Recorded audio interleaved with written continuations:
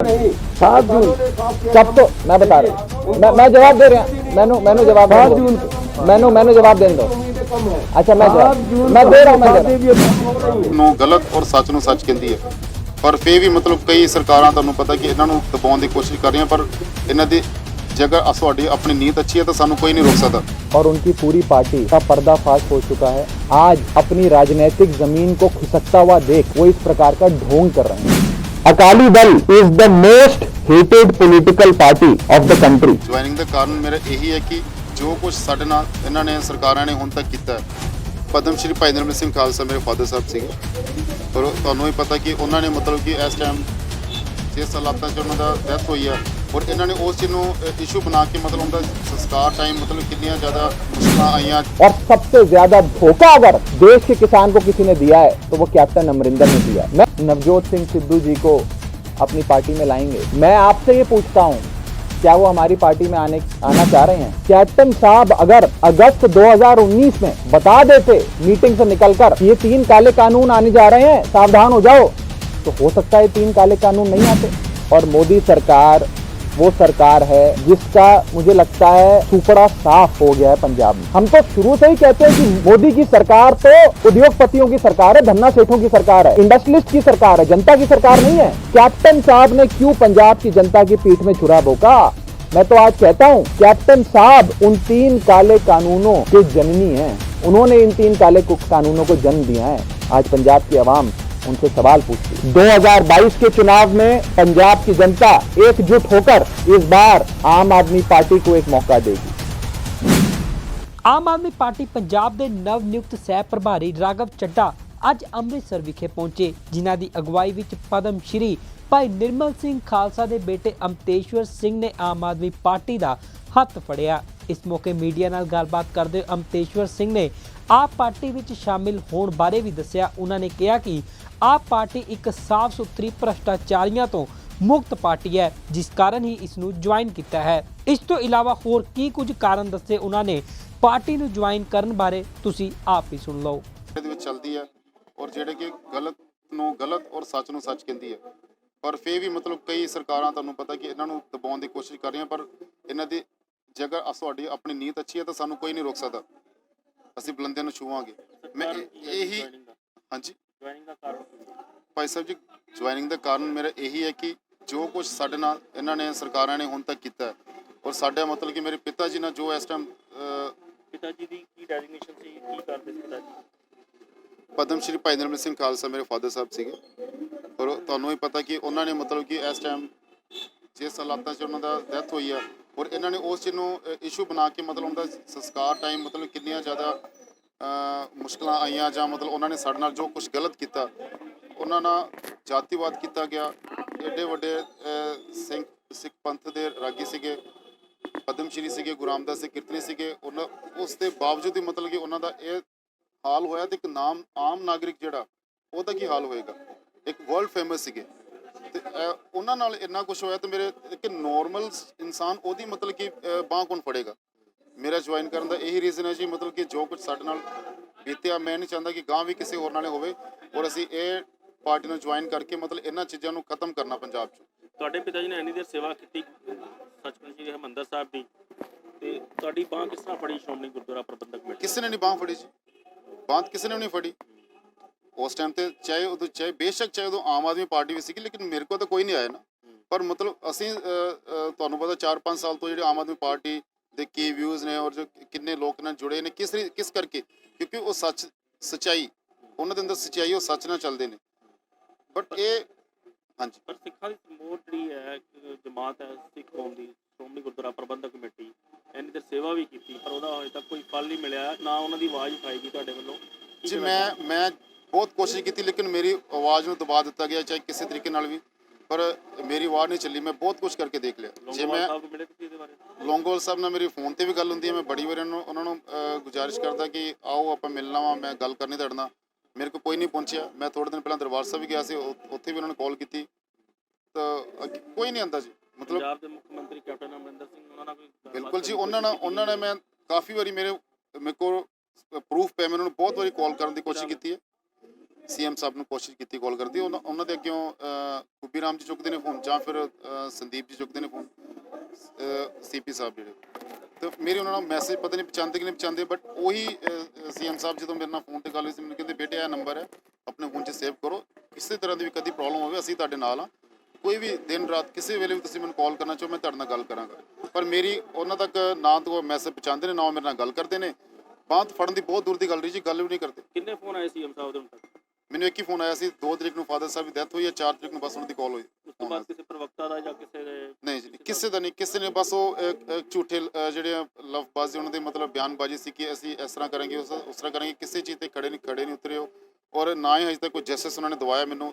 ਜੇ ਜਗ੍ਹਾ ਦੀ ਗੱਲ ਕਰੀਏ ਤਾਂ ਜਗ੍ਹਾ ਦਾ ਵੀ ਜਿਹੜਾ ਕੰਮ ਉੱਥੇ ਹੀ ਪੈਂਡਿੰਗ ਪਿਆ। ਕੱਲ੍ਹ ਇਹਨਾਂ ਦੀ ਕੋਈ ਮੀਟਿੰਗ ਹੋਈ ਸੀਗੀ ਮਿਊਨਿਸਪਲ ਕਾਰਪੋਰੇਸ਼ਨ ਦੀ, ਡੀਸੀ ਦੀ, ਜਾਂ ਜਿੰਨੇ ਐਡਮਿਨਿਸਟ੍ਰੇਸ਼ਨ ਜਾਂ ਜਿੰਨੇ ਹੋਰ ਆਫੀਸਰ, ਉੱਥੇ ਮਤਲਬ ਇਹਨਾਂ ਨੇ ਅਜੇ ਤੱਕ ਜਿਹੜਾ ਤਬਾਦਲੇ ਵਾਸਤੇ ਮਤਲਬ ਕਿ ਮੀਟਿੰਗ ਸੀਗੀ ਕਿ ਤਬਾਦਲਾ ਦੀ ਮਨਜ਼ੂਰੀ ਦੇ ਦਿੱਤੀ ਹੋਈ ਹੈ ਮਨਜ਼ੂਰੀ। ਉਸ ਤੋਂ ਬਾਅਦ ਚੰਡੀਗੜ੍ਹ ਪੇਪਰ ਜਾਣਗੇ, ਕਦੋਂ ਵਾਪਸ ਆਉਂਦੇ ਆ ਆਈ ਡੋਂਟ ਨੋ। ਉਹਨਾਂ ਦੀ ਯਾਦ ਵਿੱਚ ਇੱਕ ਜਗ੍ਹਾ ਬਣਾਉਣੀ ਸੀ, ਉਹਦੇ ਬਾਰੇ ਕੋਈ ਸਟੈਪ? ਕੁਛ ਨਹੀਂ ਜੀ, ਕੁਛ ਨਹੀਂ, ਸਭ ਕੁਛ ਉਹ ਬਸ ਗੱਲਾਂ ਖਤਮ ਹੋ ਗਈਆਂ ਜੀ।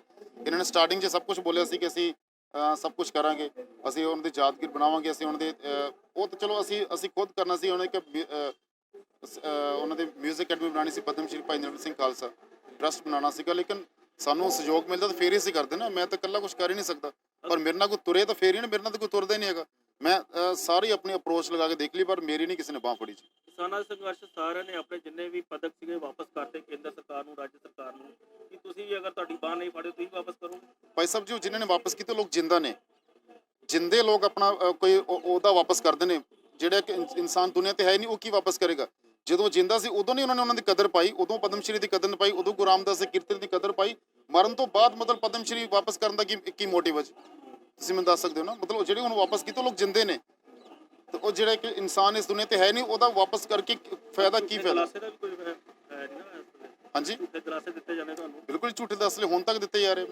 ਅਸੀਂ ITI ਬਣਾਉਣੀ ਜੀ, ਅਸੀਂ ਉਹਨਾਂ ਦੇ ਨਾਂ ਤੇ ਅਸੀਂ ਆਹ ਕਰਨਾ। ਮੈਂ ਉਹਨਾਂ ਕੋਲ ਪੈਸਾ ਤਾਂ ਨਹੀਂ ਮੰਗ ਰਿਹਾ, ਬਟ ਮੇਰੀ ਸਪੋਰਟ ਤਾਂ ਕਰਦੇ ਨੇ, ਮੇਰੀ ਹੈਲਪ ਕਰਦੇ ਨਾ। ਮੇਰੀ ਹੈਲਪ ਨਹੀਂ ਕੀਤੀ। ਤੁਸੀਂ ਲਾਉਣ ਵਾਸਤੇ ਜਦੋਜਹਿਦ ਕਰ ਰਹੇ ਹੋ ਜੀ, ਉਹ ਕਰ ਰਹੇ ਆ, ਬਟ ਨਹੀਂ ਕੋਈ ਕੁਛ ਤਰ੍ਹਾਂ ਸੁਣਵਾਈ ਨਹੀਂ ਹੋ ਰਹੀ। ਅਸੀਂ ਅਜੇ ਉਸ ਜਿਹੜਾ ਮਾਹੌਲ ਨਾ ਖਰਾਬ ਨਹੀਂ ਕਰਨਾ ਚਾਹੁੰਦਾ ਮੈਂ, ਕਿਉਂਕਿ ਕਿਸਾਨ ਭਰਾਵਾਂ ਦਾ ਮਤਲਬ ਜਿਹੜਾ ਇਸ ਟਾਈਮ ਸੰਘਰਸ਼ ਚੱਲਣ ਡਿਆ ਬਹੁਤ ਵੱਡੇ ਲੈਵਲ ਤੇ ਆ। ਪਰ ਮੇਰੇ ਫਾਦਰ ਸਾਹਿਬ ਦਾ ਵੀ ਵਰਲਡ ਲੈਵਲ ਤੇ ਜਿਹੜਾ ਉਹਨਾਂ ਦਾ ਨਾਂ ਸੀਗਾ, ਪਰ ਉਹਨਾਂ ਦਾ ਵੀ ਜਿਹੜਾ ਸੰਘਰਸ਼ ਕੋਈ ਛੋਟੇ ਲੈਵਲ ਤੇ ਨਹੀਂ ਹੈ। ਪਰ ਸਭ ਨੂੰ ਸਮਝਣਾ ਚਾਹੀਦਾ, ਪਰ ਮੇਰੇ ਨਾਲ ਤਾਂ ਕੋਈ ਨਹੀਂ ਚੱਲ ਰਿਹਾ। ਮੈਂ ਸਭ ਦੇ ਨਾਲ ਹੈਗਾ, ਮੈਂ ਕਿਸਾਨਾਂ ਦੇ ਨਾਲ ਹਾਂ। ਮੈਂ ਖੜਾ ਵੀ ਹੋਇਆ ਸੀ ਉਸ ਟਾਈਮ ਤੇ, ਮੈਂ ਬਟਾਲੇ ਗਿਆ ਸੀਗੇ ਅਸੀਂ, ਮੈਂ ਉਸ ਟਾਈਮ ਨਾਲ ਗਿਆ ਮੈਂ।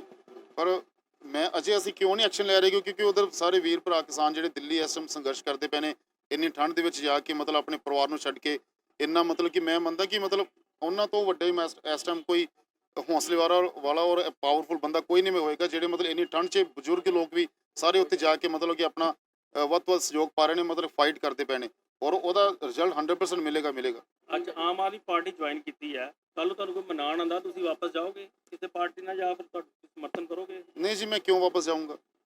ਕਿਉਂਕਿ ਮੈਂ ਸਭ ਕੁਝ ਦੇਖ ਲਿਆ, ਮੈਂ ਸਭ ਦੇ ਮਿੰਨਤਾਂ ਤਰਲੇ ਕਰਕੇ ਦੇਖ ਲਈ, ਮੇਰੇ ਨਾਲ ਕੋਈ ਜੁੜਿਆ ਨਹੀਂ ਹੈਗਾ। ਮੈਂ ਜਿੰਨਾ ਕੁਛ ਕਰਕੇ ਦੇਖਣਾ ਸੀ, ਆਪਣੀ ਅਪਰੋਚ ਲਗਾ ਦੇਖ ਲਿਆ, ਆਪਣਾ ਮਤਲਬ ਤਰਲੇ ਮਿੰਨਤਾਂ ਕੱਢ ਕੇ ਦੇਖ ਲਿਆ, ਬਟ ਮੇਰੇ ਨਾਲ ਕਿਸੇ ਨੇ ਮੇਰਾ ਕੋਈ ਹੱਥ ਨਹੀਂ ਫੜਿਆ, ਨਾ ਹੀ ਮੈਨੂੰ ਕੋਈ ਜੇ ਮੈਂ ਕਿਸੇ ਨੂੰ ਮਿਲਣ ਦੀ ਕੋਸ਼ਿਸ਼ ਕਰਦਾ, ਕੋਈ ਇੱਥੇ ਬਿਜ਼ੀ ਜੀ ਉੱਥੇ ਬਿਜ਼ੀ, ਕੋਈ ਆ ਨਹੀਂ ਰਿਹਾ। ਕੋਈ ਲੱਗਦਾ ਆਮ ਆਦਮੀ ਪਾਰਟੀ ਤੁਹਾਨੂੰ ਪੂਰਾ ਮਾਣ ਸਤਿਕਾਰ ਮਿਲੇਗਾ? ਬਿਲਕੁਲ ਜੀ, ਇਹਨਾਂ ਤੋਂ ਮਾਣ ਸਤਿਕਾਰ ਦੇਣਾ ਚਾਹੀਦਾ। ਮੈਂ ਬੜੇ ਮਤਲਬ ਕਿ ਕੀ ਦੱਸਾਂ ਤੁਹਾਨੂੰ ਕਿ ਇਸ ਟਾਈਮ ਮਾਣ ਫਖਰ ਕਰਾਂਗੇ ਮੈਂ ਪਾਰਟੀ ਜੁਆਇਨ ਕੀਤੀ, ਔਰ ਮੈਂ ਇਹਨਾਂ ਤੋਂ ਇਹੀ ਮਤਲਬ ਕਿ ਇਹਨਾਂ ਕੋਲ ਆਸ ਰੱਖਦਾ ਕਿ ਮਤਲਬ ਮੈਨੂੰ ਇਹ ਵੀ ਜਸਟਿਸ ਦਿਵਾਉਣਗੇ। ਮੇਰੇ ਫਾਦਰ ਸਾਹਿਬ ਨਾਲ ਜੋ ਇਸ ਟਾਈਮ ਜਾਤੀਵਾਦ ਹੋਇਆ, ਜੋ ਉਹਨਾਂ ਦੇ ਨਾਲ ਉਹਨਾਂ ਦਾ ਕਤਲ ਕੀਤਾ ਗਿਆ, ਮੈਂ ਇਸ ਚੀਜ਼ ਨੂੰ ਮਤਲਬ ਕਿ ਪੂਰਾ ਹਾਈਲਾਈਟ ਕਰਨ ਦੀ ਕੋਸ਼ਿਸ਼ ਕੀਤੀ, ਲੇਕਿਨ ਉਹਨਾਂ ਚੀਜ਼ਾਂ ਨੂੰ ਦਬਾ ਦਿੱਤਾ ਗਿਆ ਉਸ ਟਾਈਮ। ਪਾਰਟੀ ਜੁਆਇਨ ਕਰਕੇ ਲੜਾਈ ਲੜ ਰਹੇ ਹੋ? ਬਿਲਕੁਲ ਜੀ, ਦੇਖੋ ਲੜਾਈ ਤਾਂ ਮੈਂ ਆਪਣੇ ਫਾਦਰ ਸਾਹਿਬ ਦਾ ਜਸਟਿਸ ਚਾਹੁੰਦਾ ਮੈਂ, ਕਿ ਉਹਨਾਂ ਦੀ ਯਾਦਗਾਰ ਬਣ ਜਾਵੇ, ਉਹਨਾਂ ਦਾ ਮਤਲਬ ਕਿ ਇੱਕ ਰਹਿੰਦੀ ਦੁਨੀਆ ਤੱਕ ਨਾਂ ਰਵੇ, ਉਹਨਾਂ 'ਤੇ ਮੈਂ ਮਿਊਜ਼ਿਕ ਅਕੈਡਮੀ ਬਣਾ ਸਕੀਏ। ਪਰ ਇਹੀ ਮੈਂ ਤਾਂ ਚਾਹੁੰਦਾ, ਬਟ ਜੋ ਜਿਸ ਟਾਈਮ ਤੇ ਕੁਇਕਲੀ ਕਰਨਾ ਚਾਹੀਦਾ ਸੀ, ਉਹ ਚੀਜ਼ਾਂ ਕੁਛ ਨਹੀਂ ਕੀਤੀਆਂ ਇਹਨਾਂ ਲੋਕਾਂ ਨੇ। ਉੱਥੇ ਹੀ ਇਸ ਮੌਕੇ ਰਾਘਵ ਚੱਡਾ ਅੰਮ੍ਰਿਤਸਰ ਦਰਬਾਰ ਸਾਹਿਬ ਵਿਖੇ ਅਤੇ ਦੁਰਗਿਆਣਾ ਮੰਦਿਰ ਵਿੱਚ ਵੀ ਨਤਮਸਤਕ ਹੋਏ ਤੇ ਪਾਰਟੀ ਦੀ ਚੜ੍ਹਦੀ ਕਲਾ ਅਤੇ ਸਰਬੱਤ ਦੇ ਭਲੇ ਲਈ ਅਰਦਾਸ ਕੀਤੀ। ਇਸ ਮੌਕੇ ਰਾਘਵ ਚੱਡਾ ਨੇ ਆਪਣੇ ਸੰਬੋਧਨ 'ਚ ਕਿਹਾ ਕਿ ਆਉਣ ਵਾਲੀ 2022 ਵਿੱਚ ਆਪ ਹੀ ਪੰਜਾਬ 'ਚ ਸਰਕਾਰ ਬਣਾਵੇਗੀ। ਇਸ ਮੌਕੇ ਰਾਘਵ ਚੱਡਾ ਨੇ ਪਾਰਟੀ ਦੀ ਮੈਂਬਰਸ਼ਿਪ ਲੈਣ ਵਾਲੇ ਵਰਕਰਾਂ ਦਾ ਵੀ ਜ਼ੋਰਦਾਰ ਸਵਾਗਤ ਕੀਤਾ। ਸਾਰਿਆਂ ਨੂੰ ਨਵੇਂ ਸਾਲ ਦੀ 2021 ਦੀ ਲੱਖ ਲੱਖ ਵਧਾਈਆਂ। Wish you all a very happy new year. आप सबसे माफ़ी मांगते हुए, क्योंकि प्रेस कॉन्फ्रेंस शुरू करने में थोड़ी सी देर हो गई, आज हम सबसे पहले श्री दरबार साहिब जाकर मत्था टेक कर नए साल की शुरुआत की, नए दशक की शुरुआत की और मैंने पंजाब के सह प्रभारी के तौर पे एक नई इनिंग्स की शुरुआत की। मत्था टेक कर हमने देश के किसान, पंजाब दा किसान, हमारे बड़े बुजुर्ग, हमारे नौजवान जो दिल्ली बॉर्डर पे बैठे हैं, उनके लिए भी प्रार्थना करी, अरदास करी और ये मांगा कि जल्द से जल्द वो लोग जंग जीत के वापस अपने घर आएं और किसानी जीते, किसान जीते। दुर्गियाना मंदिर गए, वहां पर भी मत्था टेका, अरदास करी, परमात्मा से प्रार्थना करी। इसी के चलते थोड़ा सा विलंब रहा, जिसके लिए मैं आप सबसे क्षमा मांगता हूं। साथियों, एक चीज बहुत स्पष्ट है, बहुत सीधी है, वो ये है कि कैप्टन अमरिंदर की सरकार ने पंजाब की आवाम को धोखा देने का काम किया। उन्होंने बहुत वादे किए थे, कर्जा माफ करूंगा, हर घर नौकरी दूंगा, 4 हफ्ते में नशे की समाप्ति, खात्मा कर दूंगा, माफिया राज समाप्त करूंगा, न जाने क्या क्या बोला। एक भी वादा कैप्टन साहब पूरा नहीं कर पाए। और ये अभी कम था जो उन्होंने देश के किसान और पंजाब के किसान की पीठ में छुरा भोंकने का काम किया, जब वो खुद उस समिति का हिस्सा रहे, मेंबर रहे उस कमिटी के, जिस कमिटी ने इन 3 काले कानूनों का मसौदा बनाया, इसकी ड्राफ्टिंग की और ये 3 काले कानूनों को जन्म दिया। कैप्टन साहब चाहते तो जुलाई 2019, अगस्त 2019 में जब इस समिति की बैठकें हुई, तो बैठक से बाहर निकलकर पंजाब की आवाम को बता सकते थे कि ये 3 काले कानून आने जा रहे हैं, सावधान हो जाओ, विरोध दर्ज करा सकते थे। लेकिन कैप्टन साहब ने इन 3 काले कानूनों को बनाने वाली समिति में, कमिटी में अपना कंसेंट दिया, अपनी हाजिरी दी, अपनी सहमति दी। आज पूरी पंजाब की जनता, पूरी सूबे की जनता इस बात को जान गई है कि कैप्टन साहब ने देश के किसान को, पंजाब के किसान को धोखा दिया। जहां तक दूसरी पार्टी का सवाल है, अकाली दल का, तो अकाली दल की मंत्री हरसिमरत कौर बादल जी केंद्र की सरकार में वजीर रही, मंत्री रही।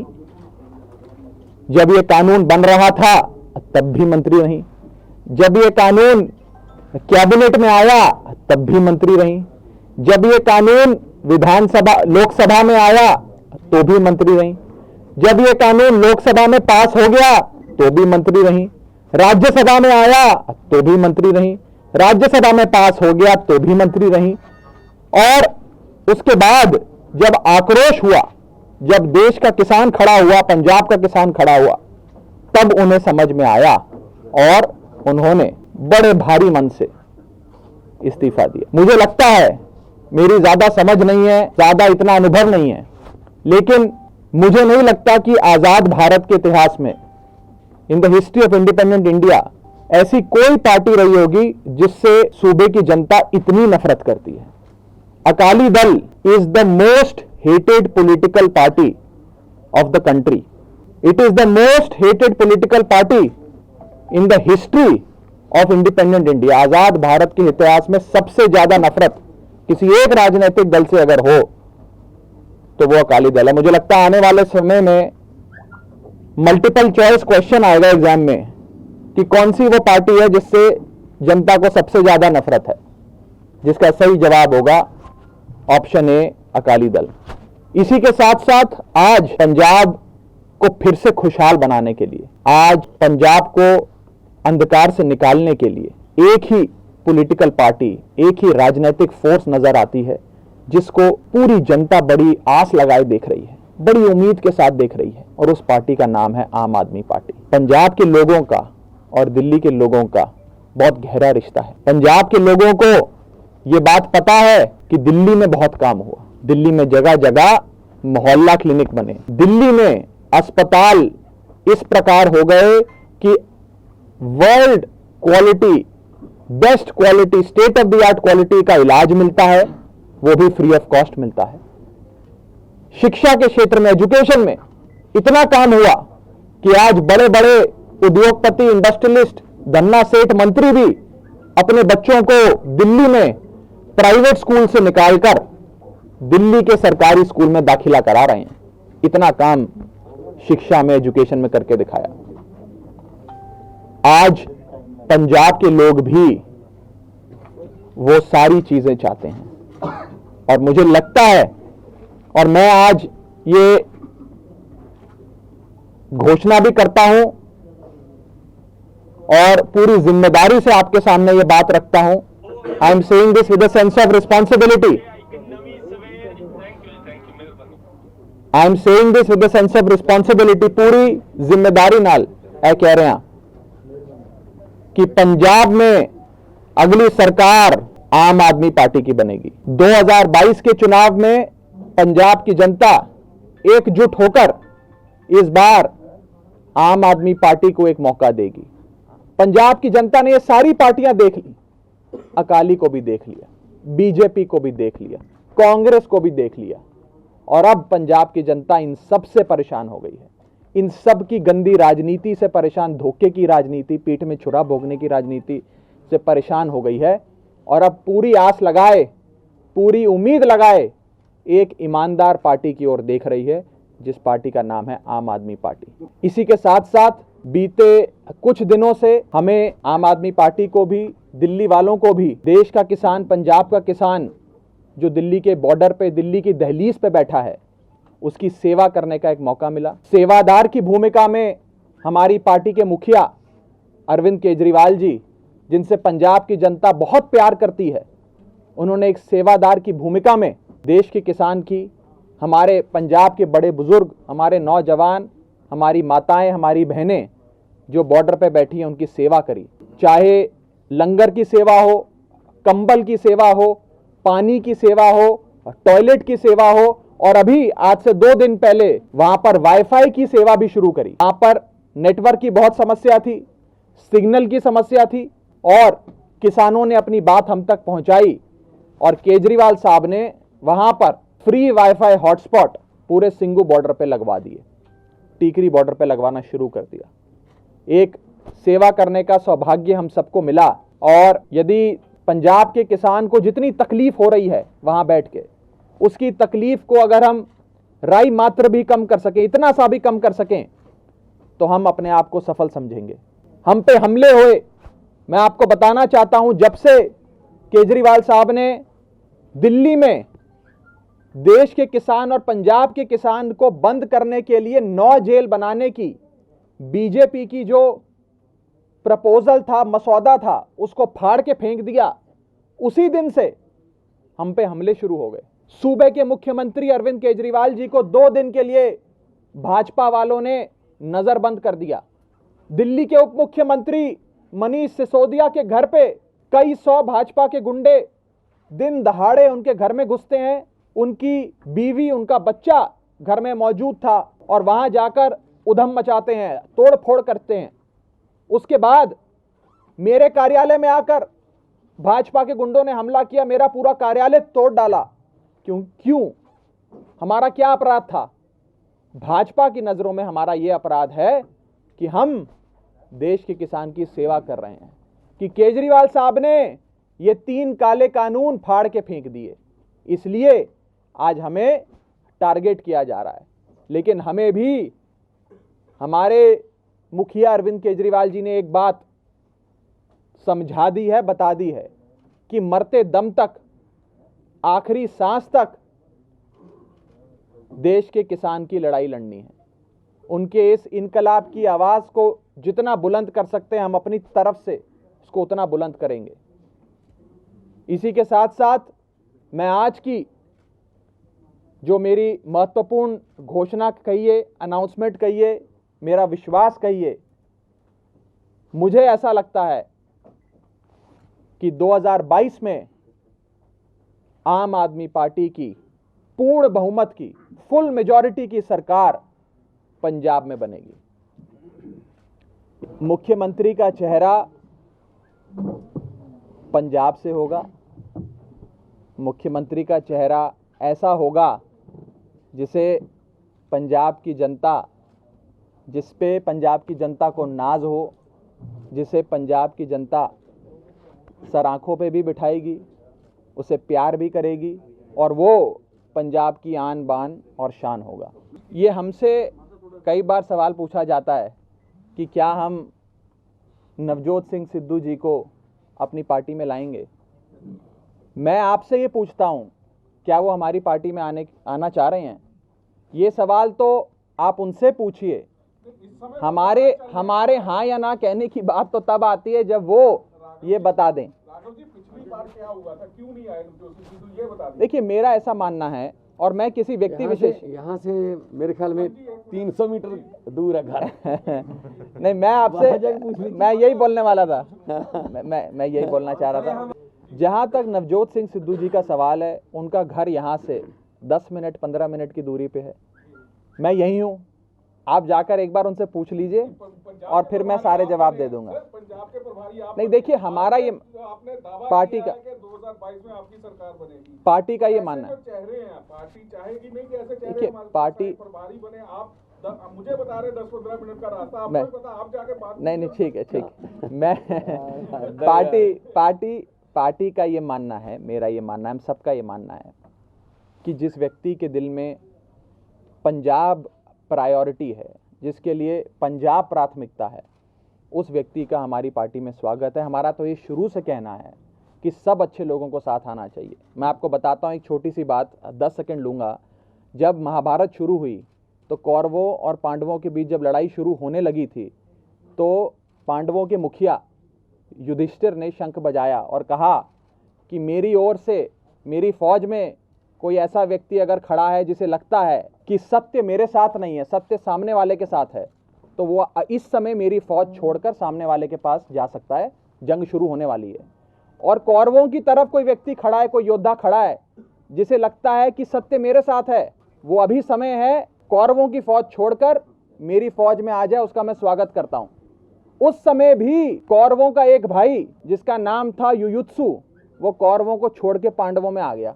तो कहने की बात यह है, इस मंच से भी हम सबको, जो व्यक्ति पंजाब को प्राथमिकता देता है, जिसका दिल पंजाब के लिए धड़कता है, उसको आमंत्रित करते हैं। लेकिन जहां तक आप एक व्यक्ति विशेष का सवाल पूछ रहे हैं, सिद्धू साहब का सवाल पूछ रहे हैं, ये सवाल उस समय एक हाइपोथेटिकल सवाल नहीं रहेगा। आज हाइपोथेटिकल सवाल है, जिस समय वो ये कहें कि वो आना चाहते हैं, अगर वो कह रहे हैं तो मैं जवाब दूंगा। मैं अभी यही हूं, आप जरूर पूछ के आइएगा, मैं जवाब दूंगा।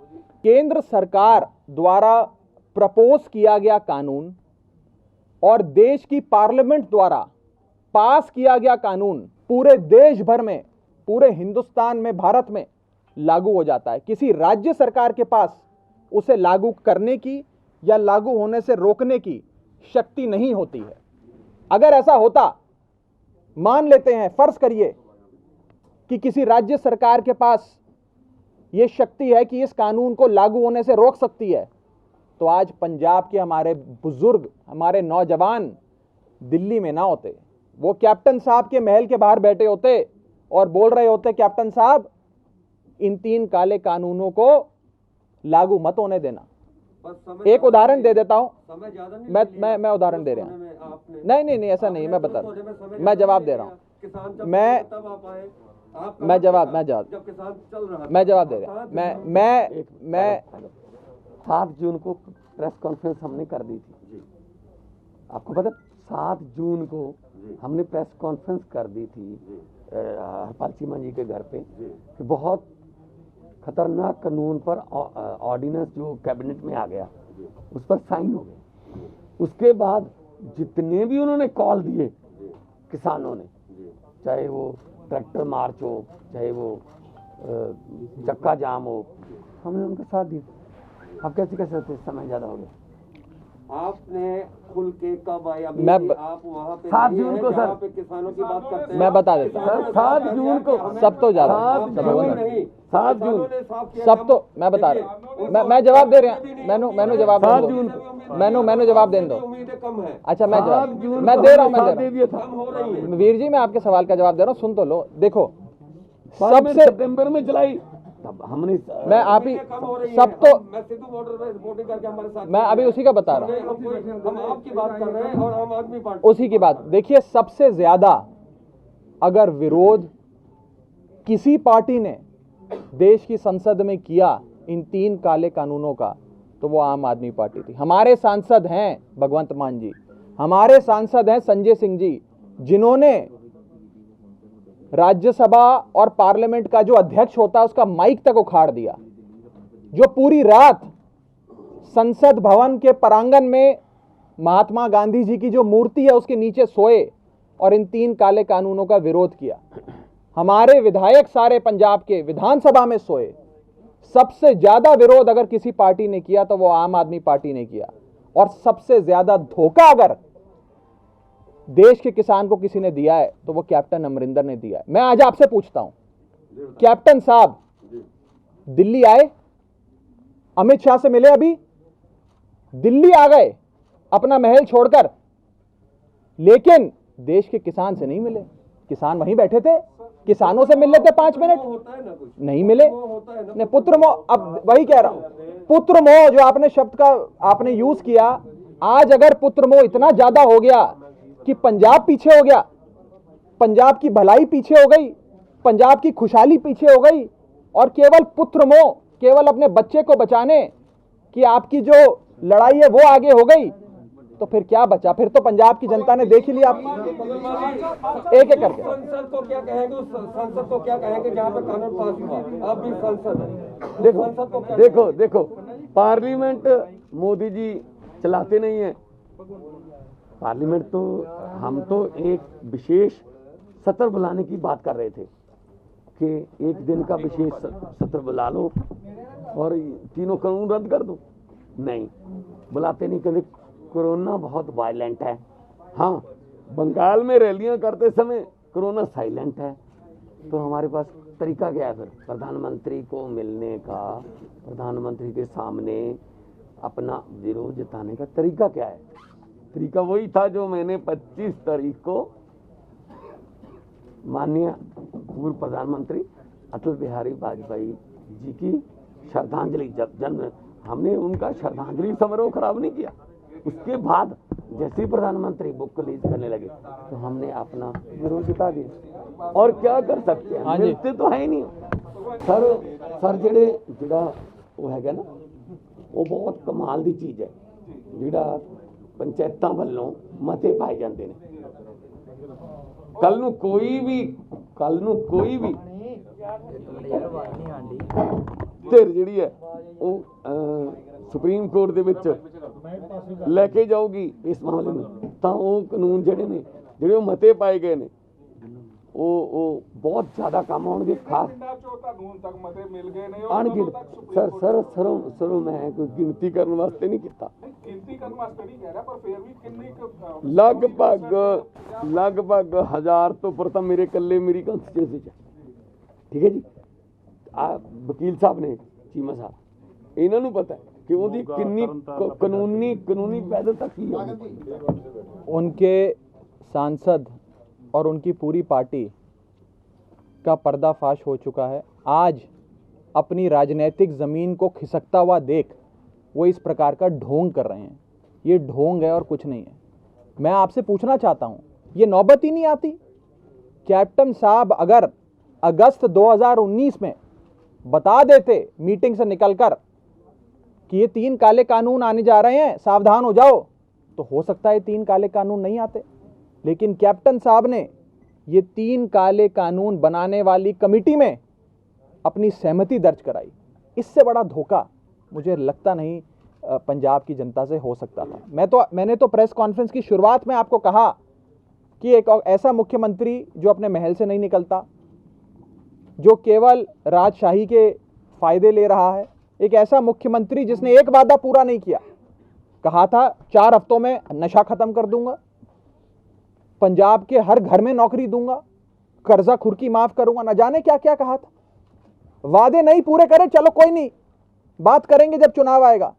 लेकिन आज आपने पंजाब की जनता की पीठ में छुरा भोंक दिया। वो 3 काले कानून, मैं तो कहता हूं उसके लिए अगर कोई जिम्मेदार है, हम तो शुरू से ही कहते हैं कि मोदी की सरकार तो उद्योगपतियों की सरकार है, धन्ना सेठों की सरकार है, इंडस्ट्रियलिस्ट की सरकार है, जनता की सरकार नहीं है। लेकिन कैप्टन साहब ने क्यों कर दिया ऐसा? कैप्टन साहब ने क्यों पंजाब की जनता की पीठ में छुरा भोंका? मैं तो आज कहता हूं कैप्टन साहब उन 3 काले कानूनों के जननी हैं। उन्होंने इन 3 काले कानूनों को जन्म दिया है। आज पंजाब की आवाम उनसे सवाल पूछती है।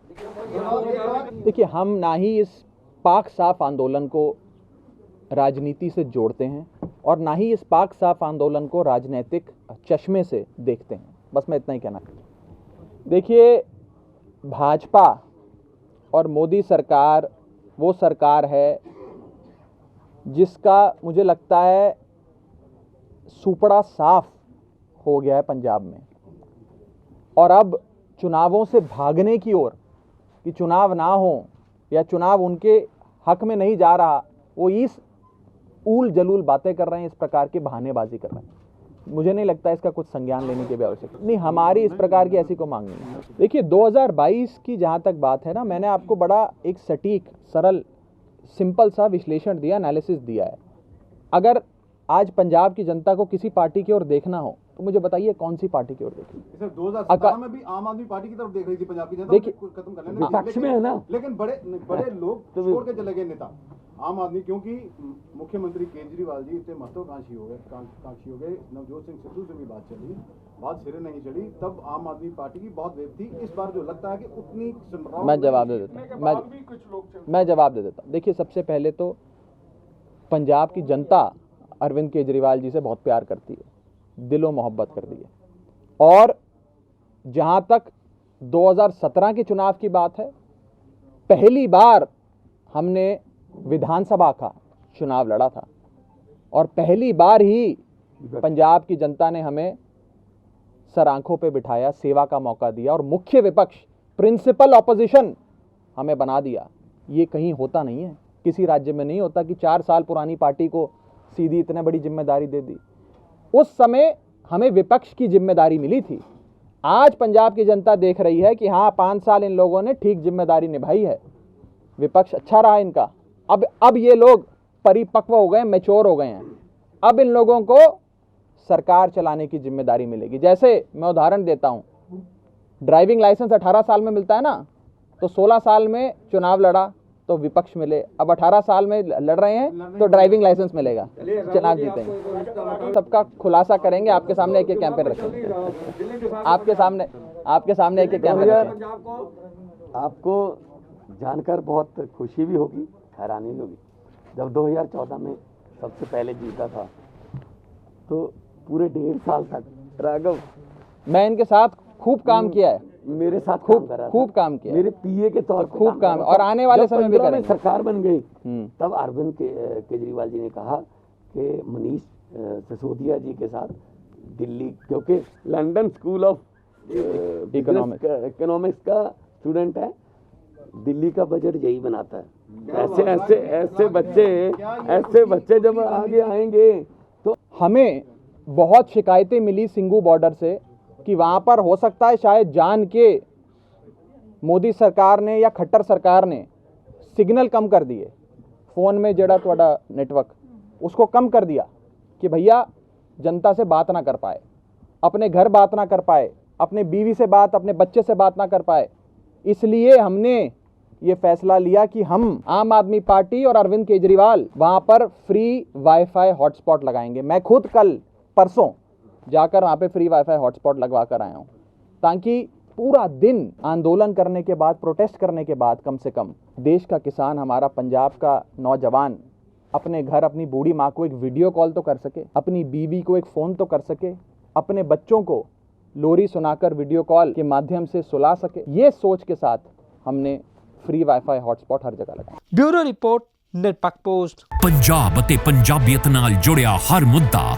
ਹਰ ਖਬਰ ਨਿਰਪੱਖ ਤਰੀਕੇ ਨਾਲ ਤੁਹਾਡੇ ਤੱਕ ਪਹੁੰਚਣ ਦੀ ਕੋਸ਼ਿਸ਼ ਵਿੱਚ ਤੁਸੀਂ ਵੀ ਦੇਵੋ ਸਾਡਾ ਸਾਥ। ਤਾਂ ਹੁਣੇ ਲਾਈਕ ਕਰੋ ਸਾਡਾ ਫੇਸਬੁੱਕ ਪੇਜ, ਸਬਸਕ੍ਰਾਈਬ ਕਰੋ YouTube ਤੇ ਅਤੇ ਫੋਲੋ ਕਰੋ ਇੰਸਟਾ ਅਤੇ ਟਵਿੱਟਰ ਤੇ ਨਿਰਪੱਖ ਪੋਸਟ।